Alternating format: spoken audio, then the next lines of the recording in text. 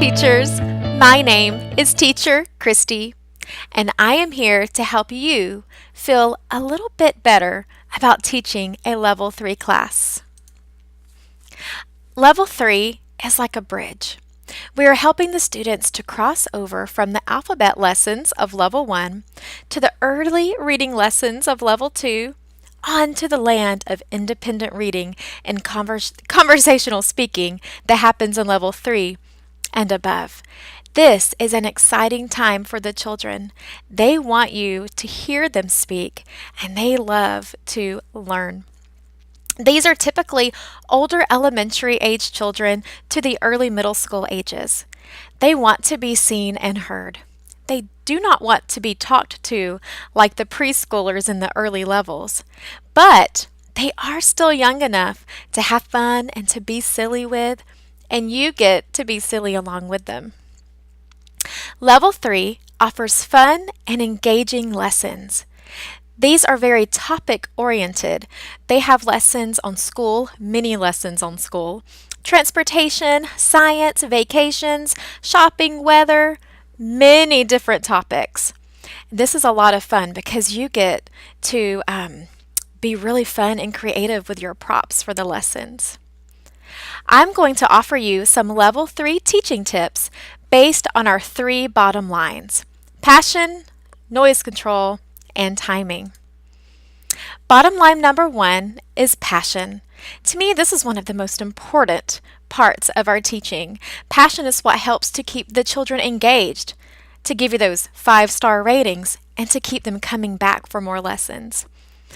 My top tip for bringing passion into your classroom is to get into character. What I mean by this is that if your lesson is on the desert, then you are to get into character. You're an actor, and you are playing the role of someone who loves deserts. Deserts are my favorite thing, my favorite place to go, and my excitement on being excited about a lesson on deserts, whether I like deserts or not, that's going to come through, and that's going to get the children excited about learning as well. Tip number 2 is to get to know the students. Ask open-ended questions. These are questions that have more than a yes or no or a so-so answer. These are questions like, what city are you from? How was school today? Tip number 3, throw off the students to keep them engaged. Let's go back to our lesson on deserts. Let's say I'm showing them a cactus, or I have a lizard prop in my hand. A lizard lives in the desert. Yes, that's right. A chicken lives in the desert. No, a chicken doesn't live in the desert. For some reason, the students of all ages find my little chicken really funny. I bring in lots of kooky things that get these older elementary, younger middle school students, just kind of throws them off. One of my favorite props is this. Perfect teeth. Oh, excuse me. This is my outtake. Perfect? No, they love that. And let them shine. The students really want to shine in a Level 3 class. The students should actually be speaking more than the teacher is speaking. We are, of course, saying the sentences, they are repeating the sentences, but we are asking them questions, we are letting them shine. Obviously, we bring them up in 1v1 mode when that's appropriate, but also drag their camera up to the stage very often. If they have a prop, bring them up, blow them up really big, get yourself off to the side so that they really shine, and ask them questions about that prop. Bottom line number 2 is noise control. Noise control in a Level 3 class is very different from noise issues in a Level 1 or a Level 2 class. In a Level 3, your noise issues typically, sometimes it does not come from background noise or from parents sitting right next to their child talking. Your noise issues is usually from the students themselves and their excitement and wanting to read ahead of you or read very quickly. So that is something that that you will have to learn how to manage. Now, here are some ideas on managing the noise control issues there, but still allowing the students to shine. Number one is when you have long passages, you can use your camera box, like the one I'm speaking in right now, move it over to the words that you do not want them to read yet, use your red pen and underline the words that you want them to read first. So underline a short phrase, read it to them, they'll repeat, move your box, go to the next phrase, and so forth. Number two is to use the screen. Bring the children up individually to practice reading, quite often, or up in pairs if you have a lot of slides to go through. You can do this in pairs and swap up which children you bring up together and have them read that way.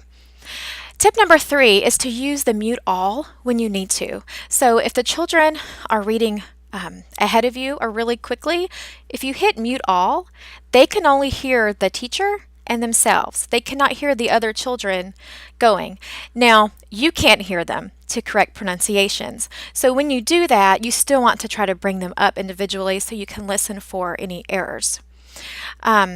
Another thing is for the camera boxes, you can also use the students' camera boxes to cover up the parts that you don't want them to read yet. And like always, when in doubt, just mute it out, protect yourself. Always report also if you need to mute past one slide. Timing. Bottom line number three. Timing for a level 3 class is really important to think about because there will be some surprises.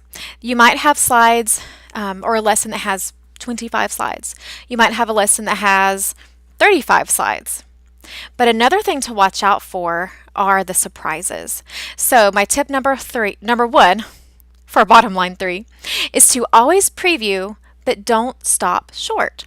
Check for surprises after the Let's Play slide. So when you're previewing, don't preview through the Let's Play, see what the game is, and click it off. Go through the game. Sometimes a level 3 class will have the Let's Play game and go straight to review. Sometimes it'll have Let's Play, a song, and review. But sometimes it'll throw surprises at you, and there will be Let's Play 1 to 3 to 4 slides of conversation, of dialogue, where you bring the children up and they talk to each other to practice their conversational skills, and then a song and review or just review. So it's really important to preview the entire lesson when at all possible so that you can really watch your timing. Number 2, go faster through the beginning. Not speed through them, but a little bit faster through the beginning slides so that you can take more time towards the end to really work on the conversational skills and to really listen for any pronunciation errors. That allows more conversational speaking. Tip number 3, have fun and take your time in the Let's Play. The Let's Play is the perfect time for extension questions. So let's say it pops up and there's a photo of the desert and the students yell out, desert. Well, can you say that in a sentence? It's a desert. Good job. That's normally what they're going to say. It's a something, which is a complete sentence. That is great. But I like to help them go a little bit beyond that. Instead of just saying, it's a desert, ask them another question. Have you ever seen the desert? Or what animals live in the desert? All right. Tip number 4. This is for every single lesson in MagicEars. Your goal is 25 minutes. I really like the sweet spot of about 26 minutes. Absolutely no longer than 28 minutes, 30 seconds. And of course, never, never, never, never end early. Tip number 5 is very important. Leave a lasting impression. The students are older and they can read. They are typically the ones who leave the rating, the review for you. And they are very generous. They are happy to give you 5 stars. And sometimes we'll leave you a little note, but you have to earn them. And the very end of the lesson, after the review slide, when you bring them up into 1v1 mode to say your goodbyes, that is your last chance to leave a lasting impression. So remember something personal that maybe they said sometime throughout the lesson, bring that up again, or notice something in their background, or just be really happy and sweet to them and tell them that you will miss them and see them next time.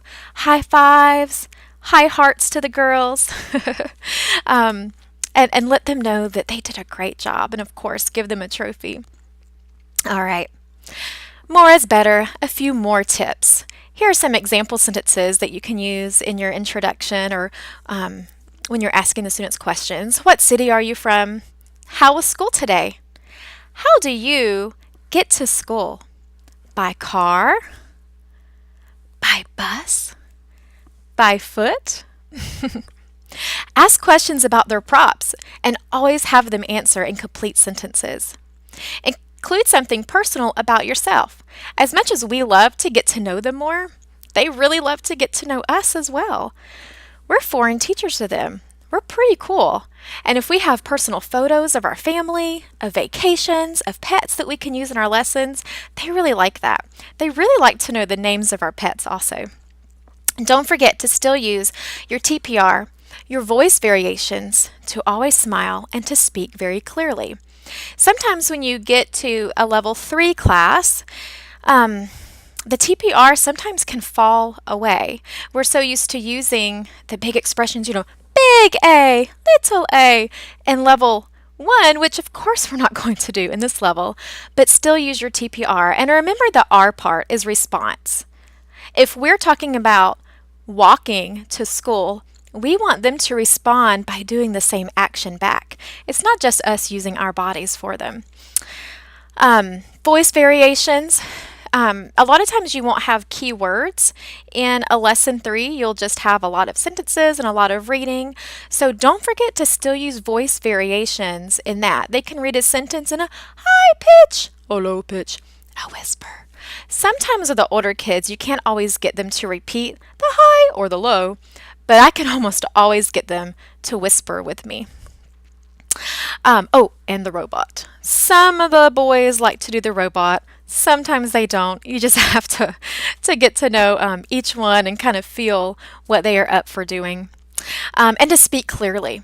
One mistake that teachers have when they get to a level 3 class is when they see that the children can read really quickly on the screen, they assume that they can hear and understand us if we read or speak quickly.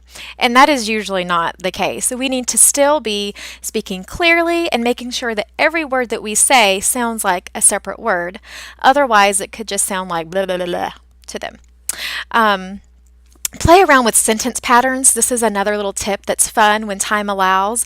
If you underline the sentence, I ride my bike, and that's what they are repeating, then you can play around with this pattern, which is a subject, verb, direct object pattern, I ride bike. You can just change out some of the words. I bake a cake. Have them do that. She loves candy. So just have them practice using other words using the same sentence pattern. That's a lot of fun for me. Well, I hope that you found this helpful, and I hope that you are a little less afraid of level 3 classes. You've got this. I know that you do, and I hope that you found it helpful. Goodbye, teachers.